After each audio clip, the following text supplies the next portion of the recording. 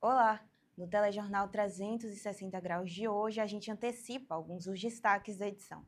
Nossa equipe preparou uma série de reportagens especiais sobre a Universidade Federal da Bahia. Você vai ver o isolamento de uma unidade da UFBA que funciona longe dos demais campos, e o sentimento de exclusão entre os estudantes da Faculdade de Economia. Em meio a cortes de verbas na instituição, os desafios da permanência e da estrutura universitária ganham destaque nas discussões dos campos. E uma feira de profissões movimenta a UFBA, com a participação de centenas de estudantes de escolas públicas e particulares. Tudo isso e muito mais você acompanha por aqui.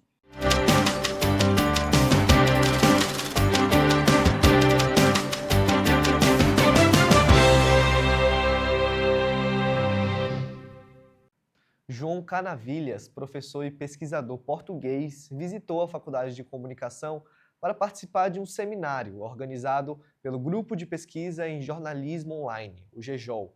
Em 2025, o jornalismo digital completa 30 anos. Gabriel Pina está na Facom e traz mais detalhes. Oi, Gabriel. Você aí de casa tem noção de quanto tempo o jornalismo existe na internet? A resposta pode te surpreender, mas 30 anos. Em 1995, começava aqui no Brasil a publicação de textos jornalísticos na internet. E essa comemoração não ia passar despercebida aqui na Facom. O grupo de pesquisa em jornalismo online da universidade está promovendo um seminário para falar sobre esses 30 anos. E a gente está aqui com o professor João Canavilhas, que vai falar um pouco para a gente sobre essa perspectiva aqui no Brasil. Professor, qual a importância da gente celebrar e discutir os 30 anos do jornalismo digital no Brasil? Bom, é importante assinalar estes 30 anos, porque quando tudo isto começou, pensava-se que seria uma moda passageira, e 30 anos depois, nós continuamos a discutir ainda questões que discutíamos exatamente há 30 anos atrás. E ainda hoje o jornalismo não conseguiu integrar perfeitamente aquilo que é o jornalismo digital.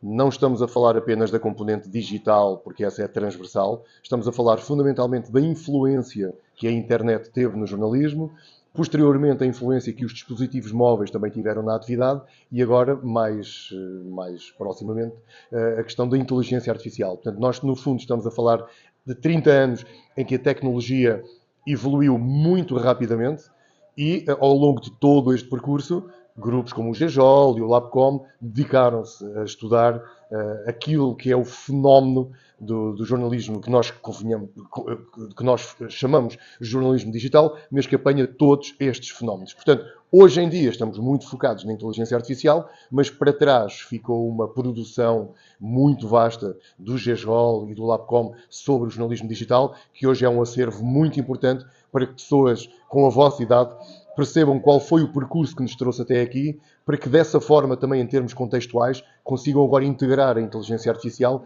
dentro deste longo percurso de 3 décadas. Perfeito.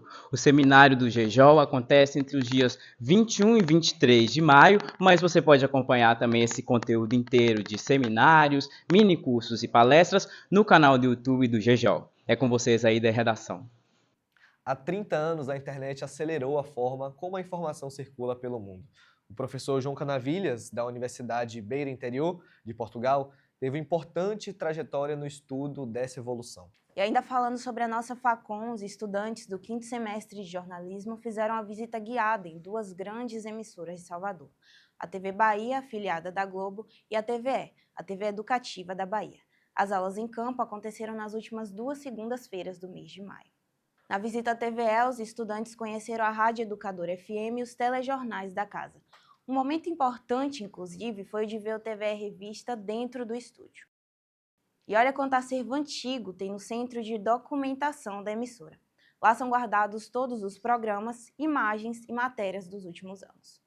Os alunos também passaram por algumas instalações da Rede Bahia e conheceram as rádios locais, os setores de entretenimento, redes sociais e até mesmo a equipe de administração da empresa.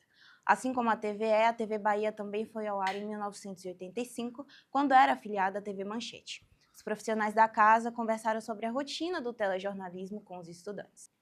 Esse foi provavelmente um momento especial na vida dos alunos, nos lugares que são o futuro de muita gente que passou e passa aqui pela Faculdade de Comunicação da UFBA.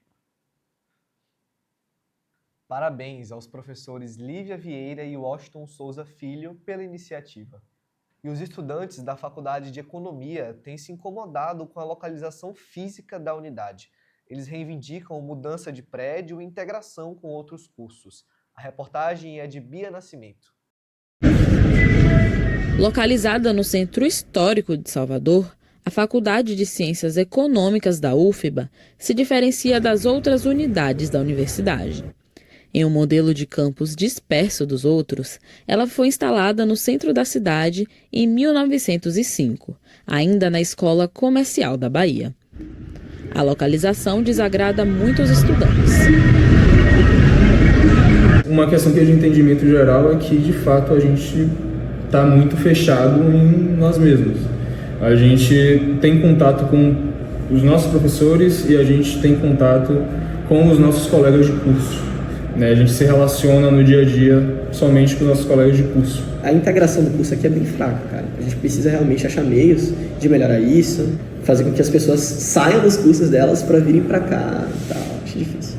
O sentimento de isolamento faz com que muitos estudantes desejem que o curso seja transferido para outro campus. A maioria das pessoas aqui, estudantes, a soma total, deu que era favorável à mudança de prédio.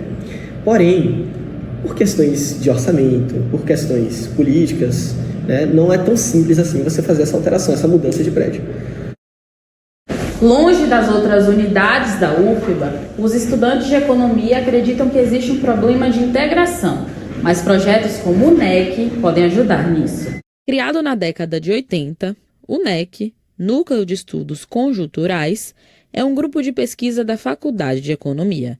A iniciativa busca, entre outras ações, facilitar o entendimento sobre a economia baiana.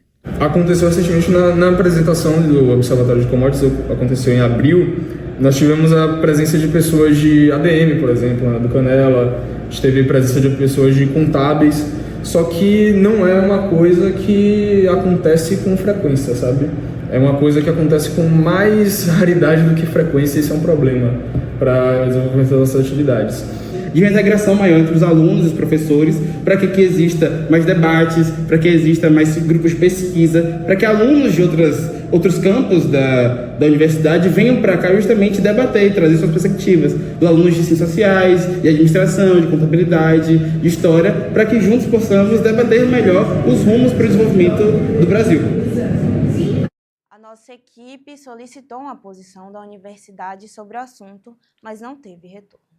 A UFBA tem enfrentado um arroxo financeiro após a aprovação da Lei Orçamentária de 2025.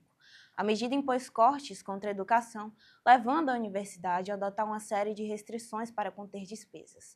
Vamos conversar ao vivo com Bia Nascimento, que traz mais detalhes sobre o caso. Oi, Léo. Oi, Tiffany. Então, durante a Assembleia Estudantil realizada no dia 27 de maio, os estudantes resolveram fazer uma paralisação seguida de uma ocupação do campus São Lázaro entre os dias 5 e 12 de junho. A intenção era se posicionar contra a lei orçamentária anual e os cortes de verbas feitos pela instituição.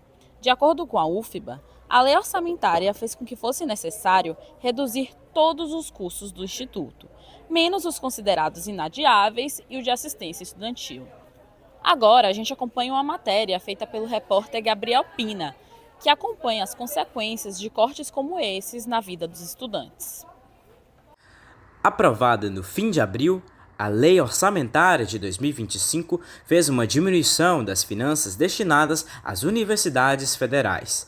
De acordo com o Ministério do Planejamento e Orçamento, o objetivo era garantir que fosse possível alcançar a meta fiscal deste ano. A lei precisaria conter mais de 31 bilhões de reais em gastos públicos. Encaramos pela frente um ano ainda com muitas dificuldades de ordem orçamentária, que certamente nos colocarão desafios, seja do ponto de vista da manutenção da nossa infraestrutura, seja muito especialmente do ponto de vista das necessidades da assistência estudantil. Com a publicação do decreto, os repasses de verbas que antes eram feitos mensalmente passaram a ser feitos 3 vezes ao ano, sendo 2 delas entre novembro e dezembro. Nesse sentido, chamar um elevador na UFBA pode custar caro. Em maio deste ano, A UFBA publicou uma portaria que anunciava algumas restrições. Entre as medidas anunciadas estava o número de elevadores funcionais em cada prédio, que passou a ser limitado a 1. O texto também previa o desligamento dos ar-condicionados das salas de aula. Estudante e bolsista da PROAI, Samuel Lisboa sente que o decreto da UFBA impactou também no acesso dos dependentes às assistências estudantis e planos de ensino dos cursos. A nossa bolsa atrasou, os nossos recursos já estão escassos, a gente vive em uma situação meio precária de certa forma. Então, acho que o corte, a portaria, meio que só fez aumentar, essa situação de precariedade da gente. Muitas pessoas na residência também ficaram sem ter o que comer, sabe? Com dificuldades para poder se alimentar. A gente precisa se alimentar, a gente precisa se locomover. Então, ter a nossa bolsa atrasada por causa de trâmites que não estavam dando certo da universidade, realmente atrapalhou bastante a gente. Assim que a portaria foi estabelecida, as matérias de viagem foram encerradas, de certa forma. As viagens das matérias foram paralisadas, a gente não sabia muito bem o que fazer.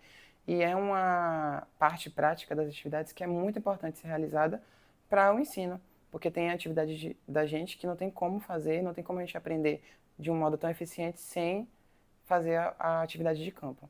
Através de nota publicada nas redes sociais, a UFBA anunciou a revogação da portaria. Para Samuel, daqui em diante, os desafios serão outros. Voltamos para a estaca zero, sabe? A gente não vê progresso, a gente vê só estabilização do que já estava antes. Nós vamos acompanhar as próximas atualizações sobre o assunto. Uma feira organizada pelo Programa de Educação Tutorial do IAC trouxe alunos do ensino fundamental e médio ao campus Ondina. Nos estandes, os jovens puderam conferir um pouco dos cursos da nossa universidade. Entre o sonho de vestir um jaleco para ser médica e ouvir as batidas de um coração, está Camille, de 17 anos. Aluna do ensino médio, ela visitou pela primeira vez a UFBA durante a Feira de Profissões. Acredito que a Universidade Federal da Bahia é uma das que tem melhores opções, hoje em dia. Eu tenho um desejo no meu coração de ser neurocirurgiã e eu acho que medicina, assim como todas as outras áreas que tem, para mim é uma das mais lindas. Tanto que se eu não fizesse medicina, eu ia fazer farmácia.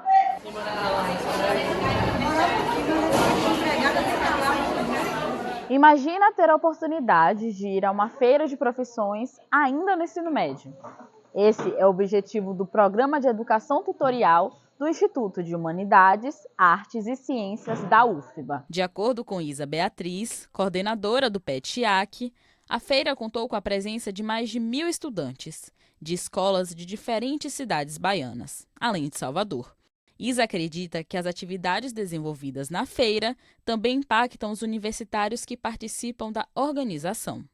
Quando a gente fala sobre a tríade universitária, a questão do ensino, a questão da pesquisa e a questão da extensão, já aí a gente começa a trabalhar um pouquinho com gerência, com as atribuições de responsabilidades, o que também já começa a constituir neles esse senso de responsabilidade pela elaboração de um evento. Um desses alunos é Rafael Caires, estudante do BI de Humanidades e integrante do PET-IAC desde 2024. O PET, a partir dessa premissa de programa de educação tutorial, tem como objetivo principal o ensino, pesquisa e extensão nos seus eixos e também promover a universidade pública por outros olhares. Então, aproveitando a integração que a gente tem de ciência e tecnologia, arte, saúde, humanidades, dessa forma a gente consegue promover a universidade de outra forma. Seja para Camille, Rafael ou Isa Beatriz, a Feira de Profissões simboliza a aproximação da UFBA com a comunidade externa desde 2021. Pois é, uma chance para esses alunos escolherem a profissão dos sonhos. E assim encerramos mais uma edição do Jornal 360. Muito obrigada.